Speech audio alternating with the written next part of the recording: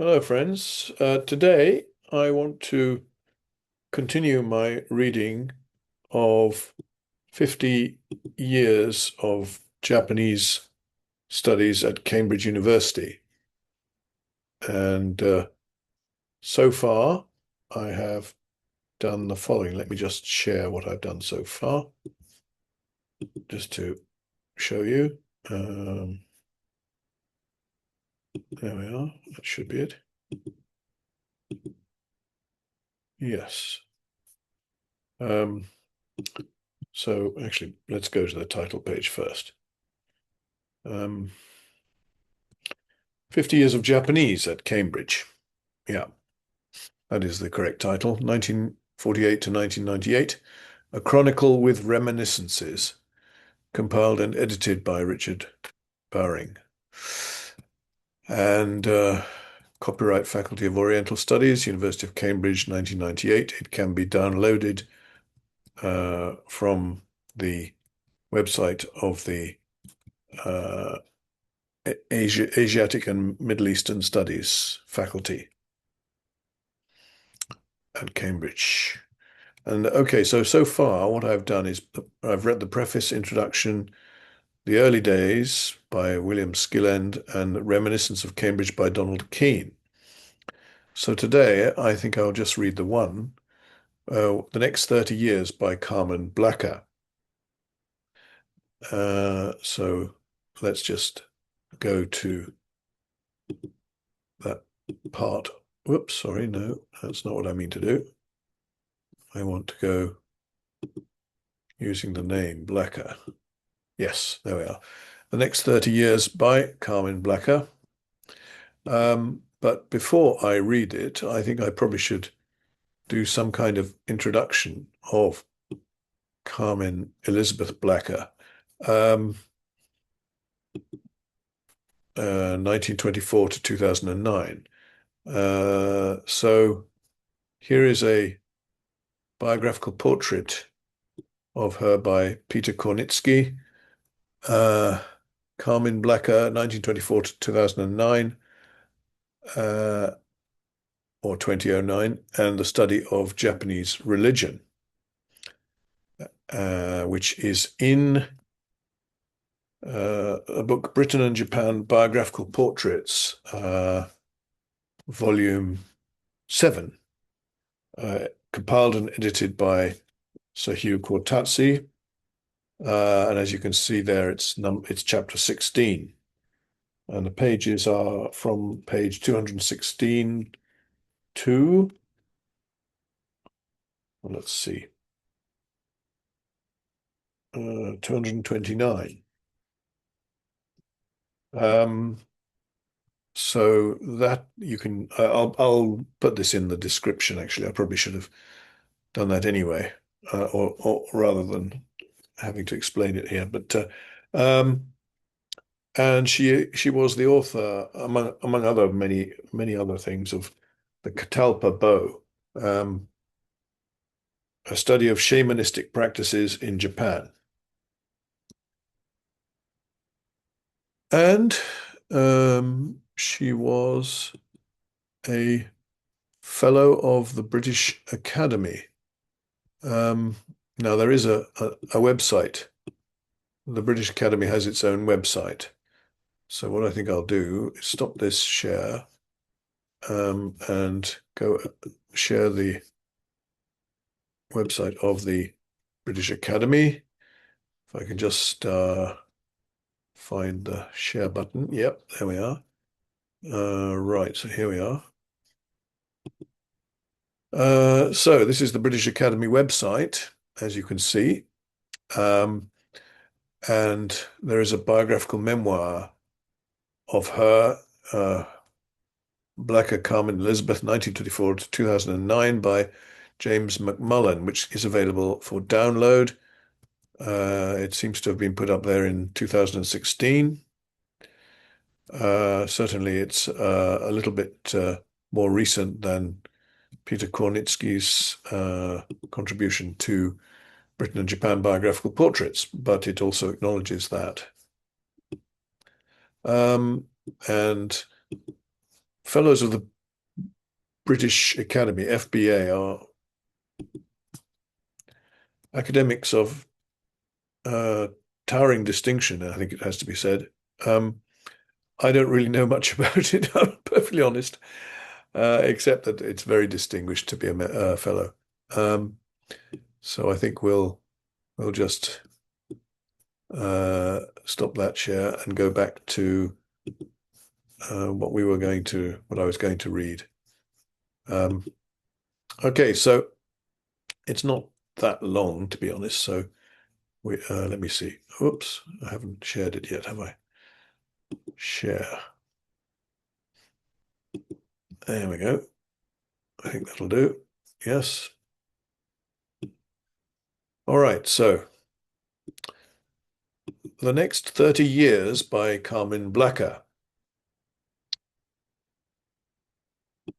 Just get rid of that. Okay.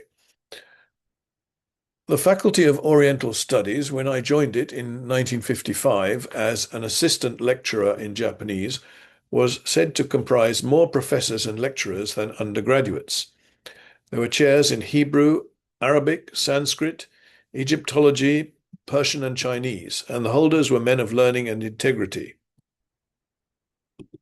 Professor Harold Bailey, the professor of Sanskrit, was reputed to know 40 languages, including Old High Javanese, and to have resuscitated the lost language of Khotanese.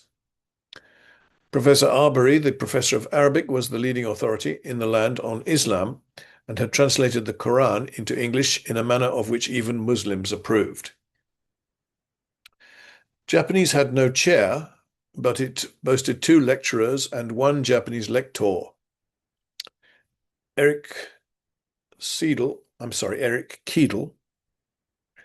owing to whose initiative and drive Japanese had been added to the faculty in 1947, was a man of indefatigable energy, persuasive administrative skill, and a sense of duty, which drove him later in life to the obsessive overwork which led to his early death.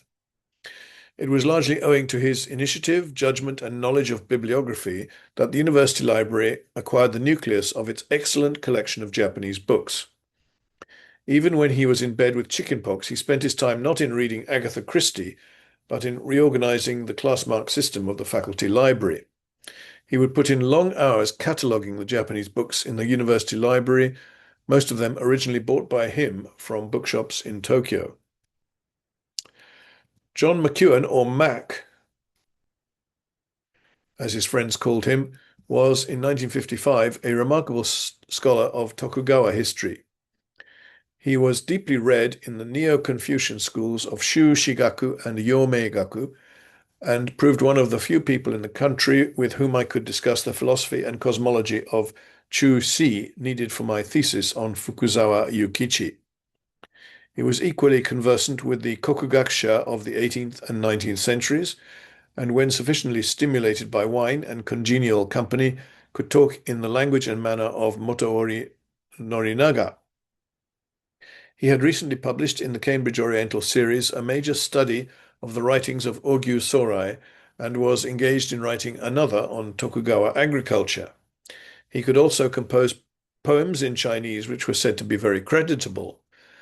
The lector in Japanese in 1955 was Honda Minoru, a scholar of Central Asian history, who took time off from his studies of Rashi Totid to teach elementary colloquial Japanese for 6 hours a week. There was, however, only one undergraduate reading Japanese. Patrick James was a Virginian, 6'4" tall, whose chief delight was to read the battle chapters in the Heike Monogatari. The classical grammar needed to master these famous passages bored him, as did most of the rest of the required reading for the Tripos. The chapter in Book 4 about the Battle of the Uji Bridge, however, he found absorbing. So also the famous account in Book 12 of the Battle of Dan no Ura in 1185. Though he never learned to chant it in the traditional manner to biwa accompaniment, he nevertheless had much of it by heart. When years later I visited him in his house in Nara, near the Sarusawa pond, I saw that on the desk in his study a copy of the Heike Monogatari lay open at this very chapter.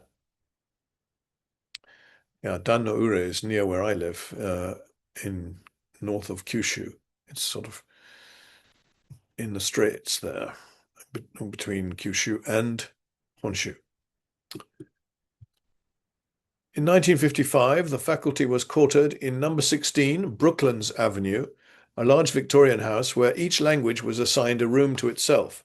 Arabic, Persian, Hebrew, Chinese, Japanese all had their separate rooms, where the relevant dictionaries and textbooks were ranged on shelves and where teaching took place round tables.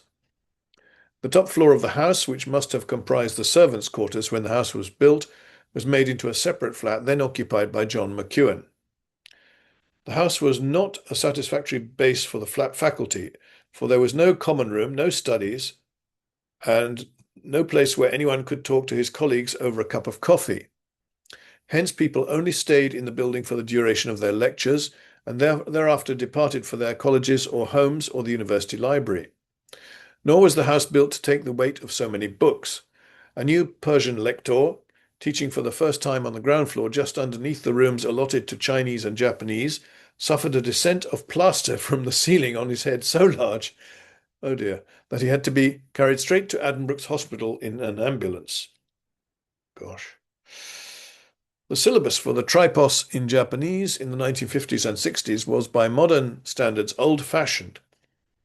Undergraduates, duly warned that they were embarking on a study of the most difficult language in the world, were expected to start from scratch, but by the end of their first year to be able to read simple modern texts and to have an adequate overview of Japanese history from early times until 1868. In their second year, they began the classical language alongside modern, and by the end of that year, when they took part one of the tripos, they were expected to have read a good many poems from the Kokinshu, the Hojoki, and perhaps the Kokinshu preface. In their third and last year, they read more difficult texts, both classical and modern. They read a no play, extracts from the Heike Monogatari, and Maruyama Masao's famous essay on the structure and psychology of ultranationalism. This latter work, though difficult, provoked lively discussion as to the meaning and content of virtually every sentence. They could take options too in a specialized period of Japanese history or literature, or in Japanese intellectual history from 1600 to 1868. Their numbers were necessarily few, since their only motive in those days was a disinterested love of Japanese culture and language. There were no lucrative jobs, as there are now, awaiting the Cambridge graduate in Japanese in a merchant bank or an import-export firm. There were no bright prospects, as there are now, for becoming a millionaire by the age of 30. Japan was still remote, enigmatic, holding little to attract the average English schoolboy or girl whose horizon stopped at the boundaries of Europe. Nor were there many academic posts anywhere in the world which might await the graduate with first-class honours. Despite the lack of modern incentives, however, our undergraduates in those days included one future professor in London University, two future Indian ambassadors, and the identical twins David and James McMullen, who are now respectively Professor of Chinese in Cambridge and Reader in Japanese at Oxford. I well remember that David used to join the first-year class at 9 a.m. and would struggle with what to a Chinese scholar are horrendously agglutinative, passive causative verbs, the better ultimately to read the essential Japanese commentaries on the Chinese classics. At 10 o'clock he would leave, and the indistinguishably similar James would come in and effortlessly read the Heike Monogatari or the No Play. Others disappeared into Malaysian tea plantations or into firms in Tokyo. More than one has surfaced to tell me that his training in classical Japanese at Cambridge has proved of great practical use. So impressive has been the kudos he thereby acquired over his Japanese colleagues in the firm. But there was no teacher in Japanese economics or industrial sociology or even contemporary history, nor was there any teacher of modern post-war literature. Eric Keedle, John McEwen, and I all shared in the teaching of the language and the prescribed texts, and between us offered courses in Japanese history, literature, and the history of ideas. No one seemed to think that any more money was necessary for what we were doing, and the phrase fundraising was scarcely heard. There were no graduate students. It was left to the undergraduates' own initiative to find the ways and means of spending the long vacations in Japan. Most of them succeeded, to return with exciting tales of unlikely jobs and memorable personal encounters. At the end of their course, they could boast of having read some Mishima, some Akutagawa, some Natsume Soseki, and even some Mencius in Kanbun, not to speak of the classical works already mentioned. Though everyone had to work extremely hard, there was yet an indefinable sense of yoyu, or margin, left over for the enjoyment of things in themselves and even of scholarship for its sake. For 2 or 3 years after I arrived, Mac continued to talk brilliantly of Shu Shigaku and of the wisdom of Ogyu Sorai's policies of taking samurai off the land and herding them into castle towns. His article on Motoori's views on language was a tour de force when it was first published and has remained essential reading for anyone interested in linguistic superiority. It was very sad, therefore, when his behavior began to show signs of unaccountability beyond the merely eccentric. He refused to pay the rent of his flat at the top of the house for so long that the secretary was forced to write that if another month elapsed, they would be compelled to change the locks on the door and ban him from entry. This, after another month, was duly done. The mayor came wearing his chain and supervised the changing of the locks. It was discovered that Mac had not bothered to open any letters, including those from the secretary, for a good many months. He would come down during the night from his flat at the top of the house and write Chinese poems about death on all the blackboards. These were elegant quatrains, Shichigon Zekku, of his own composition, but they made strange reading to those coming in at 9 o'clock the following morning to lecture on Arabic verbs. I'm sure they did, goodness. He then took to spending most of his time in the university library, copying out the Confucian classics in red ink into large notebooks. Eventually, the 2 current undergraduates complained that though he would appear for his lectures, he would sit with his back to them in silence reading a book. If they asked for some guidance in the text they were supposed to be reading with him, he would say briefly, "It means what it says," and return to his reading. Eventually, Dr. Taylor, the Secretary General, persuaded him to resign. He left Cambridge, and we afterwards heard that he had died in Hong Kong. It was a tragic end for so brilliant and unusual a scholar.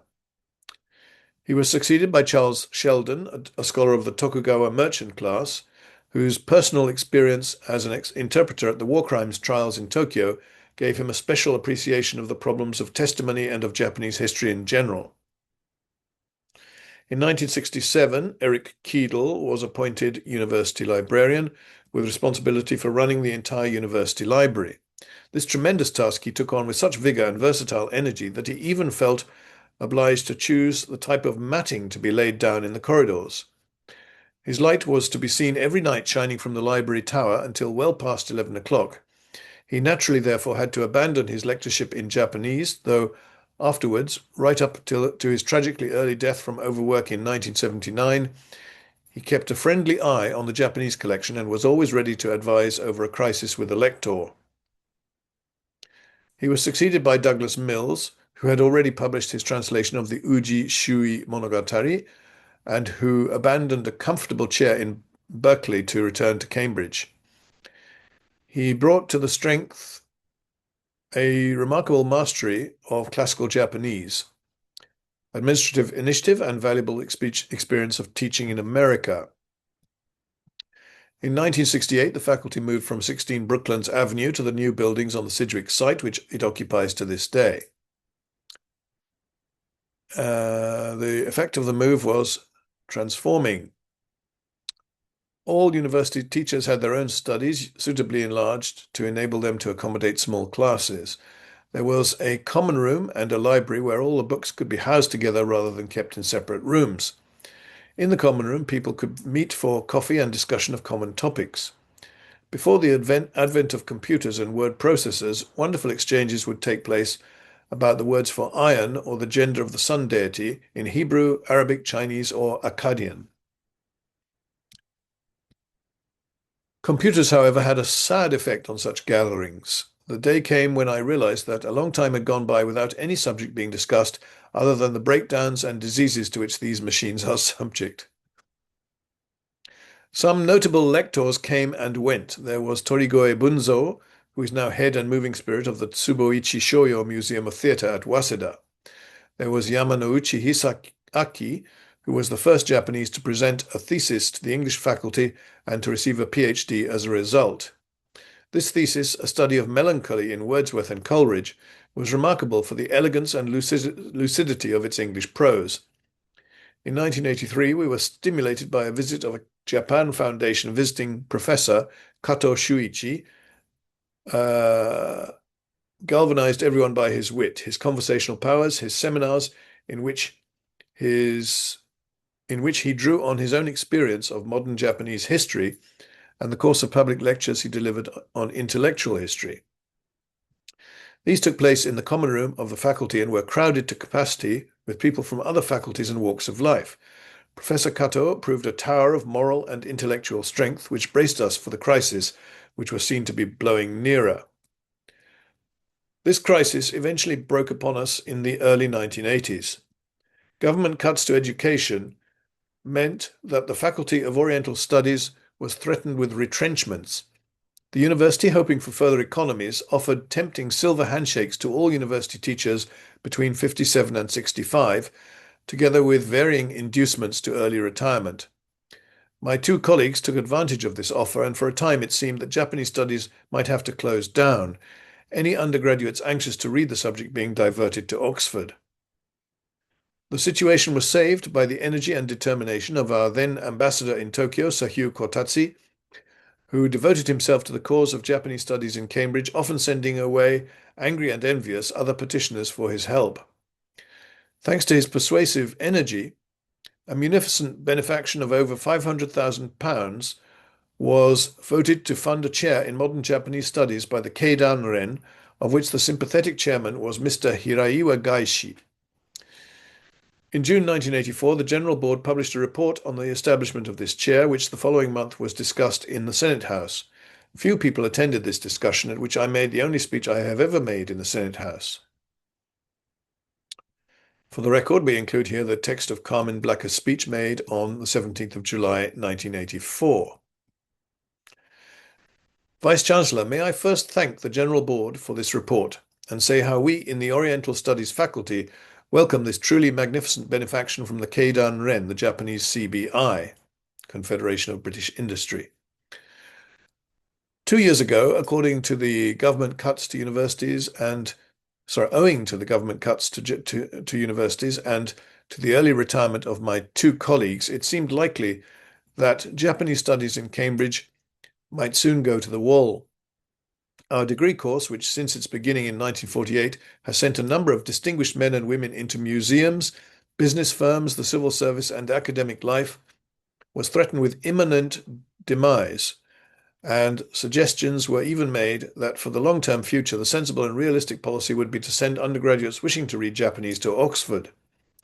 And this despite the fact that the Japanese collection in the university library is the finest in the country, and despite the fact that our course in Cambridge offered a nicer balance between modern and classical studies than any of those devised at the other 3 centres in the country where Japanese can be studied to honours degree level. 2 years ago, the prospect for the subject seemed bleak, and it would have been scarcely credible that the General Board should now be presenting the university with the report under discussion. But there is a saying in Japanese, Kafuku wa azanaeru nawa no gotoshi. Good and bad luck are entwined like a rope. Kafuku wa azanaeru nawa no gotoshi. Or even more explicitly, wazawai or tenjite fuku to nasu. Disasters can be turned into blessings. That this has happened with our subject is due overwhelmingly to the efforts made on our behalf by Japanese friends of Cambridge and by our embassy in Tokyo, particularly by our then ambassador, Sir Hugh Cortazzi. It was Sir Hugh who, on hearing of our plight, at once took up the cudgels and wrote an article which was given wide coverage in the Japanese press. He explained that Japanese studies in Cambridge were under threat and called for advice and suggestions as to how our course might be saved. The response was immediate and heartwarming. More articles appeared in the Japanese press recalling that the first Western scholars of Japanese literature and language had been Englishmen, that the British had built the first railway in Japan, that England and Japan had concluded an alliance in 1902, that it was vital for future relations between the two countries that more English people should be educated in the Japanese language and culture, and hence that it simply would not do to allow the Cambridge course in Japanese to become extinct for want of money. During the succeeding year, inquiries and monetary contributions continued to arrive both at our faculty and at the embassy in Tokyo. Sir Hugh Cortazzi himself started the fund with a generous donation. Complete strangers sent us sums of money from their personal savings. Sir Hugh continued to press the Cambridge case to potential large-scale benefactors with tact and determination. Last September, Professor Hiro Ishibashi, OBE, who some 20 years ago was our lector in Japanese and is now president of the Ueno Gakuen University, organized a meeting to raise funds which was attended by the press, by representatives of the business world, and by Japanese friends in many walks of life.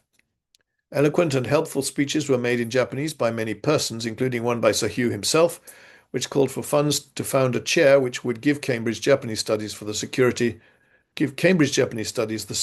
and standing so badly needed. The present report is the result of all these efforts, and I am glad to take the opportunity of this discussion to say how profoundly grateful we feel to our embassy in Tokyo and to the various firms in the Keidan-ren, notably the Tokyo Electric Power Company, who have contributed so munificently towards the extremely generous bequest under consideration. Our thanks here go particularly to Mr. Hiraiwa, the president of the Tokyo Electric Power Company, and to Mr. Hanamura, the vice president of the Keidan-ren. Thanks to this generosity, we can look forward to an even stronger center for Japanese studies than we could boast before the alarms of 2 years ago.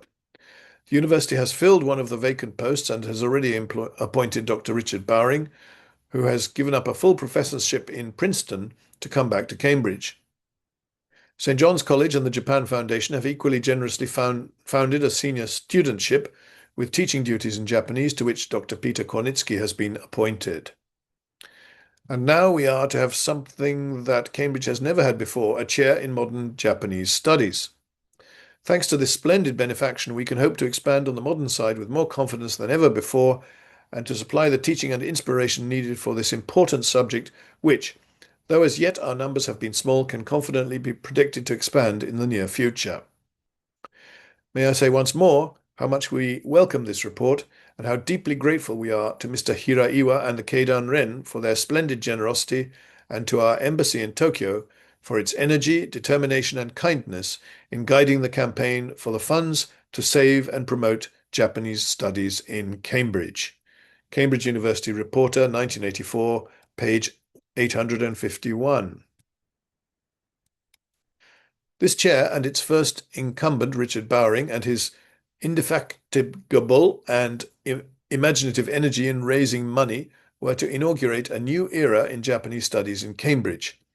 The university allowed the lectureship so vacated to be filled soon afterwards, so that Peter Kornicki, with his wide-ranging knowledge and skills, was permanently added to the strength. When Stephen Large joined the team as lecturer in modern Japanese history and Hugh Whitaker came to lecture on society, it was clear that an entirely new chapter had begun. At the same time, the booming economic scene in Japan had its repercussions on undergraduate numbers. New dazzling opportunities now offered themselves to those with a good degree in Japanese, not only in firms and banks in Tokyo and London, but also in universities. Academic posts, which for years had offered a barren and hopeless prospect, now appeared in such profusion that supply almost exceeded competent demand. Centres of Japanese proliferated in England, Scotland and Wales, not to speak of the United States, Australia and New Zealand. As a result, the numbers of undergraduates wishing to read Japanese were pushed to the utmost limits that the colleges could be persuaded to allot places to. Indeed, their numbers were at one time greater than the sum total of all the undergraduates reading other Oriental languages in the faculty. This new scene, with its prospects for the future expanding like an open fan, will be described elsewhere in this book. I record here something of the older scene from which there emerged the company of people who have brought about this notable change.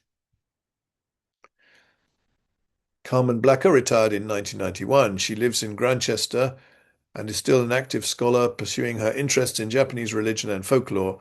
A Festschrift was compiled in her honor and presented to her in 1996.